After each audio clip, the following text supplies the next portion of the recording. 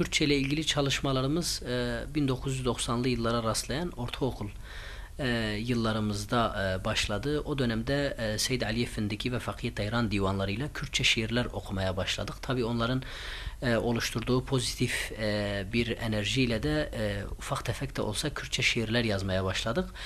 Ondan sonra Kürtçe ile Kürt edebiyatıyla ilgimiz hep devam etti. Seyrek de olsa devam etti. Bu durum 2008 yılında medreseler üzerine çalışmaya başlamamıza kadar seyrek bir şekilde sürdü. Medreselerle ilgili çalışmalara başladıktan sonra 2008 yılının Şubat'ında Kürtçeyi daha iyi kullanmamız gerektiğini, Kürtçeyi daha iyi konuşabilmemiz gerektiğini, gereği gibi konuşabilmemiz gerektiğini, Kürtçeye vakıf olmamız gerektiğini fark ettik. 2009 yılının ortalarında Kürtçe bir derginin yazarlığı ve editörlüğü ile Kürtçe yazı ve edebiyat dünyasına daha aktif bir şekilde katılımda bulunduk. O günden bu yana da Kürtçe ile ilgili çalışmalarımız devam ediyor. Tabi Bediüzzaman gibi bir zatın tırnak içerisindeki tabiriyle her kavmin mabihil bekası olan şeyler vardır. Yani her bir kavmin devamlılığını sağlayan değerler manzumesi vardır. Kürtlerin de devamlılığını sağlayan, Kürtlerin binlerce yıldır varlığını sürdürüp bugüne ulaşmasını sağlayan değerler vardır. Kürt halkının tabi bu kendi değerlerine sahip çıkması lazım. Nasıl biz dini değerlerimize sahip çıkmakla onu yaşatıyor isek, onu devam ettiriyor isek, aynı şekilde Cenab-ı Hakk'ın yaratılıştan bizleri üzerinde yarattığı o milli aidiyete ilişkin değerleri de İslam'ın meşru gördüğü İslami dairede onları da yaşatmamız lazım. Neticede bu bir kavmin zenginliğidir, bir kavmin köklülüğüdür, bir kavmin diğer kavimler içerisinde, dünya toplulukları içerisinde gereği gibi yerini alabilmesinin yoludur ve dünya kültür hazinesine katkı sunabilmesinin temel vasıtalarından biridir. Bu bakımdan özellikle kendi değerlerimize, kültürümüze, geçmişimize, tarihimize, mirasımıza sahip çıkmamız gerektiğini düşünüyorum. İlk çalışmamız 2005 yılında yaptığımız Türkçe bir çalışma. Müslüman Kadının Sığınağı Tesettür isimli bir çalışmamızdı. Bilahare o çalışmamız yayınlandı. Ardından tabi dergi yazarlığıyla beraber Kürtçe makaleler yazmaya başladık. Dil üzerine makaleler, araştırma ihtiva eden yazılar ve yine Kürtçe'ye taalluk eden, Kürt kültürüne taalluk eden röportajlar yaptık. O konuda çok ciddi bir ürün ortaya çıktığını ifade edebilirim. Bununla beraber yeni yayınlanmış olan, son 1-2 aydır yayınlanmış olan 2 çalışmamız var Kürtçe.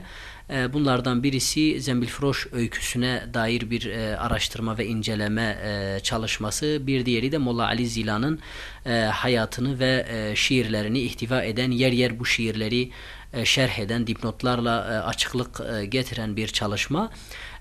Bununla beraber Zembilfiroş çalışmasının özellikle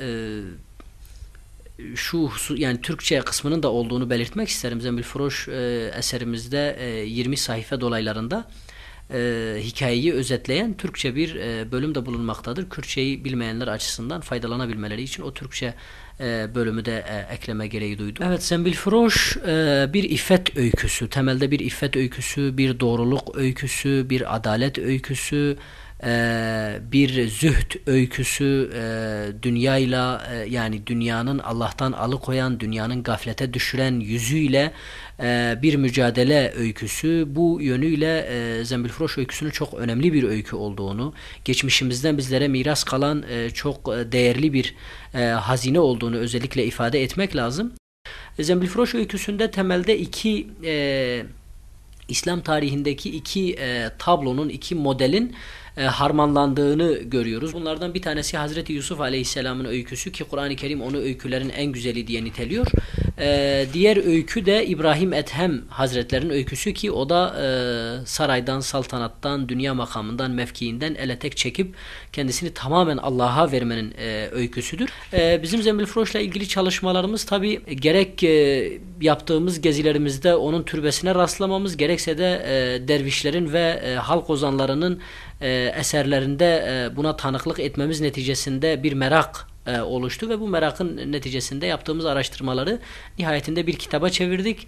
Özellikle genç okurun, Kürtçe okurunun bundan çok faydalanabileceğini, zevk alarak okuyabileceğini söylemek isterim. Bahsettiğim gibi medreselerle ilgili çalışmalarımız 2008 yılının Şubat ayında başladı. 1,5 sene aktif bir şekilde coğrafyamızdaki medreseleri, medrese kültürünü, medrese geleneğini, medreselerin ürünlerini, medreselerde ders veren müderrisleri, medreselerde ders veren kimseleri, medreselerden mezun olan kimseleri araştırdık ve devasa bir tabloyla karşılaştığımızı gördük.